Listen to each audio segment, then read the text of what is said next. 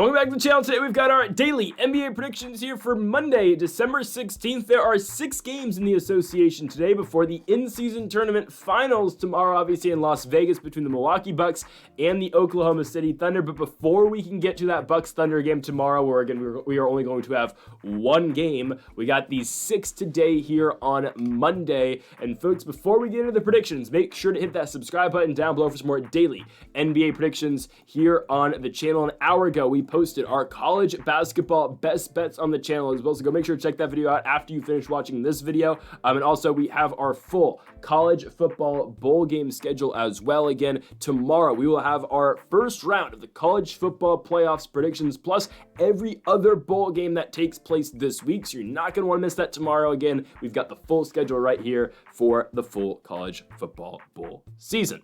Okay, let's get into our first prediction for today in the NBA. We go to Charlotte, North Carolina, to the Spectrum Center. I believe they still call it that. We've got the Charlotte Hornets at home against the Philadelphia 76ers. Well, Philly just lost their best player. They just lost Jared McCain. It's bad, man. It's really bad. A torn lateral meniscus. I don't know how long that surgery is. I'll look it up right now. I think it's out. I think it's a while, man. Is he out for the year? 8 to 12 weeks. Okay, he can be back, second half of the season, but it sucks because Jared McCain is not going to win Rookie of the Year no more. It's probably, I think, going to be Stephon Castle. If not, I guess Zachary Ricochet, the first overall pick for the Hawks, because he's quietly doing okay being a starter for that team. If not, maybe Dalton Connect. I don't know who's going to win Rookie of the Year, but man, it sucks Jared McCain's out, and it just makes the Sixers worse. They have no bench presence now. And he was one of their best guys. They're taking on the Hornets. Now, I think they still beat the Hornets. No LaMelo Ball. And also, Joel Embiid's out again, too. Joel gets slightly tapped on the face in the Pacers game. By the way, we told you to take the Indiana Pacers to beat this Philadelphia 76ers team the other night. But Embiid barely gets tapped on the face, and he's out for weeks now. I don't get it. So basically, are we picking Tyrese Maxey and Paul George to go into Charlotte and beat the Hornets without LaMelo Ball? Yeah, we are. We just saw this game last week, 2 weeks ago, and Philly went on the road and beat Charlotte. I get it again. Jared McCain's out this time around. I do think, again, that was the best game Paul George, I would say, has played as a member of the Sixers, other than that win that loss they had against the Knicks in early November, where Paul George put up 29 and 10. I think this is probably the second best game he's played all season, though, is that win over Charlotte on the road. He put up 29 and 8. I mean, that was a good victory for the 76ers, and I think, again, they should be able to beat Charlotte. This is a team that was figuring it out. Obviously, again, we took the Pacers to halt the momentum, and obviously they have, and maybe, again, the Pacers are building some now momentum after beating the New Orleans Pelicans last night, where, the Pacers are getting on a heater. They're going to have to, because now they go out west and play some really tough teams. But Philadelphia, again, as soon as you thought maybe they'd get it going, now no Embiid, no Jared McCain. They both, again, have big, impacts on the 76ers team, but at the same time, they're playing a Charlotte Hornets team that is without LaMelo Ball. So we're not taking the Hornets without Melo. Give me Philly to win the basketball game. They're getting 3.5 on the road. I am going to take the 76ers. Would I play it myself? No. Stay away from these two 7-win teams. Charlotte is 7-18, and Philadelphia is 7-16. Stay away. But I will take Philadelphia if you press me for a pick. Let's move on to our next game. We go to Detroit, to the Little Caesars Arena. We have got the Detroit Pistons hosting the Miami Heat. The Heat are on a heater. No pun intended, but they are. They are on a heater right now. 4 straight wins for Miami. Majority of those, I think all those were at home. In that home stretch they had against the Lakers, Suns, Cavs, and Raptors. But the Heat are playing great basketball right now, and all the credit in the world has to go to their 2 best players, Tyler Hero and Bam Adebayo. Yeah, I said it. Jimmy Butler's not one of their top 2 players. Obviously, again, he's been out with injury for most of the season. It feels like. But again, yeah, Jimmy's been carrying the load for this team for, how many years, right? It's fine that Tyler Hero and Bam are now doing the thing for them. How much longer is Jimmy Butler a member of this Heat team? I expect him to play this Detroit game, and I expect the Heat to go to Detroit, Michigan, and win this one, obviously. But how much longer is Jimmy Butler a member of the squad? That's the real question. And what do the Heat get in return? Now, we're going to talk about a team coming up in a little bit. I don't know if they're the next game. They're in 2 games from now. A team that just traded one of their best players for a bag of peanuts. We'll get to that trade. I think you know who I'm talking about, but we'll get to that in a little bit. what will Miami get in return for Jimmy Butler? Obviously, a player that has had historical significance on this Miami Heat team, a player that has taken them to 2 NBA championships. Well, finals. They didn't win. Taken this team to Eastern Conference Finals. And obviously, again, they never won it all at Jimmy Butler. And I don't think they're going to get another chance to do so this year, obviously, because I feel like, again, he's got to be gone. How much longer, though, is Jimmy a member of the squad? We anticipate him to play this Pistons game, and I think they will beat Detroit. Detroit's a 10-16 team who, it's the Cade Cunningham show. There's nothing wrong with that, but it is the Cade Cunningham show. They had a huge night the other night on Thursday for Ron Holland. Shout out to Ron Holland. Had his career high in points of 26, and again, Cade literally always leads this team in assists and rebounds every single night. But again, it is nice to see a guy like Ron Holland go off and pop off for 28 points. But ultimately, again, it's going to be difficult for this Detroit team to win. At least consistency. We saw them play, better at the beginning of the season, but they have fallen off a little bit as the season has gone on, obviously. And I think Miami's going to take advantage, obviously, and beat this Pistons squad. They go on the road. It seems like everyone's healthy right now. And I think, again, except for Jovic, but it's fine. I think Miami goes on the road and beats Detroit. The bigger question to me is how long is Jimmy Butler still around? I'm giving Miami to go on the road to Detroit. They'll win the game and cover the 4.5 points as well. Next up, we go to the 6. We go to Toronto, Ontario, Canada for the Chicago Bulls and the Toronto Raptors. I do like the Raptors in this spot. The Raptors are just a much different team at home than they are on the road. Toronto, I believe they only have 1 win so far this season in the United States, so 6 out of their 7 victories come in Canada, obviously at home. Hell, you look back at their last 2 games they played at home. I know they didn't beat the Mavericks and the Knicks, but they were able to stay competitive against those squads. I've been saying it, and I'll continue to say it. RJ Barrett is an all-star this season. I don't think they can really deny him the way the Eastern Conference has been playing and how a lot of these stars have been getting injured. I don't think you can deny RJ Barrett an all-star spot this year. He deserves it. Grady Dick's been playing well. I know Scotty Barnes is out, but Dick's been fine for Toronto. He's been a good basketball player. Jakob Poeltl is doing all right as well. He's doing very well, I'd say, for Toronto. And the problem with the Bulls is that they can't stop anybody defensively. I know they stopped the Hornets in their last game, but it's the Charlotte Hornets without LaMelo Ball. Chicago surprisingly is kind of just hanging around right now. I know the Eastern Conference is very bad, and to make the play-in in the Eastern Conference is fairly easy. Hell, we saw it last year with some really bad teams finding their way into the play-in, obviously. And hell, right now you got the Chicago Bulls and the Brooklyn Nets at 11-15 and 10-15 respectively, currently in the play-in. I mean, it's times like this where it's like, all right, do you really need the 9 and 10 seeds? 1 through 6, obviously, Cavs, Celtics, Knicks, Magic, Heat, Bucks, and then you got Hawks and Pacers at the 7 and 8. Those are the 8 best teams right now in the Eastern Conference. The only other team I need to see get a shot in the postseason is the Philadelphia 76ers if they can figure things out. That's the only other team I need to kind of see. Other than that, I'm fine with the 8 right now. I really am. Hell, again, I know this is not how it's going to end up, but you tell me you're going to complain if you get Cavs, Bulls, Celtics, Pacers, Cavs, Pacers, Celtics, Hawks, Knicks, Bucks, Magic, Heat. I mean, I'm fine with that. I'd be cool with that. Anyways, give me Toronto to beat Chicago. Again, the Bulls, I don't know how they're in a play-in spot. I feel like, again, it's got to be a matter of time before Zach LaVine gets moved. I was kind of high on the Bulls to start the season, but then I realized, this team just doesn't play defense. So, yeah, they can score. LaVine's going to look great. Vucevic is going to play well. Kobe White's going to play well. Josh Giddey's done a great job. Ayo Dosunmu had a big night the other night, but Chicago doesn't play defense. They give up a lot of points. And Toronto at home, that crowd is kind of starting to get back into things. It feels like they've got the home support kind of back in Toronto. And I do think the Raptors go out there and beat the Chicago Bulls. RJ Barrett's playing really well this season, man, and Grady Dick's really getting it together as well. So give me the Toronto Raptors to win at home in this ball game against the Chicago Bulls. Next up, we move on to the Brooklyn Nets. I have a lot to say about this Brooklyn Nets team because I'm disappointed. I'm really disappointed. I understand, again, I completely get it.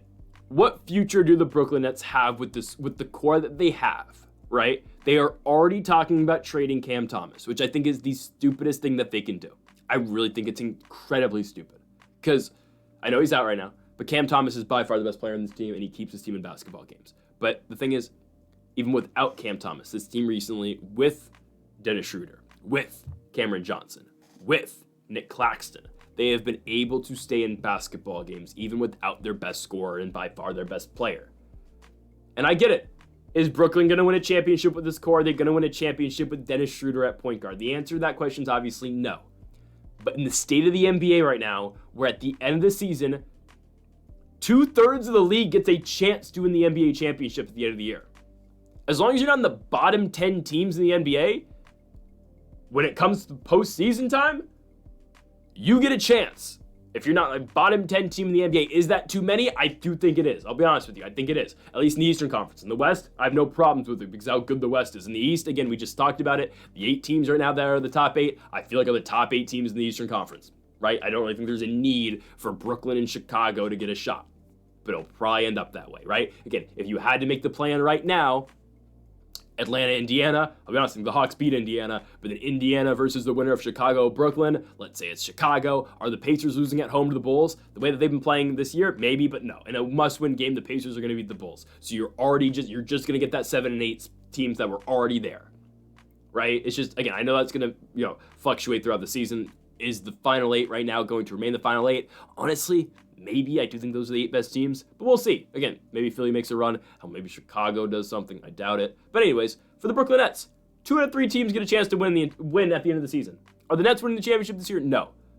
But it's not like they're Wizards bad, they're Raptors bad. Again, we would pick the Nets a lot just because, hey, they've got guys who can score. Schroeder, Claxton, Claxton's all right, but Schroeder, Thomas, Johnson, these guys aren't bad. We like the Nets to cover a lot. Hell, they went to Phoenix a couple weeks ago and beat the Suns. They're not a bad team. They really aren't. But then you get rid of Schroeder. And now inevitably, Cam Thomas is going to get traded at the deadline too. So then what do the Nets have? That's a team that, again, is right now in a play-in spot. Are they going to hold that? Probably not. Again, when Philly does go on their run, they will probably replace Brooklyn and all this. And I guess Chicago will be back in the play-in if I had to guess. If I had to guess, it would probably be, I don't know. I don't know who falls out, honestly. I do think Indiana kind of makes their push into the top 6, but regardless of what happens, right? Like, I think the Nets will be on the team looking in, obviously, because of what they're going to blow up this team. So we got accustomed to taking Brooklyn a lot. Big point underdogs, we're going to take them. Guys, I can't do that anymore. I know what you're thinking, just because Dennis Schroeder? Well, no, it's Cam Thomas's injury. Now Schroeder's gone. And also, it's still a losing mindset now in Brooklyn. You lose your point guard and your facilitator on your team. Guys, the players in the Brooklyn Nets don't want to lose. Sure, the front office does. But do the players want to lose in this team? No. Nothing against Ben Simmons, who's the new point guard of this Brooklyn Nets team. But, it's just different now. Schroeder's gone. Schroeder was going to war for these guys. He was trying to fight Pat Connaughton. He got into fights with fans after the game in the tunnel. And now you ship him to Golden State for 3 second round picks. It's just now a losing mindset with Brooklyn. So with that being said, give me Cleveland. Brooklyn's not going to be in the right state of mind. That's how you want to put it.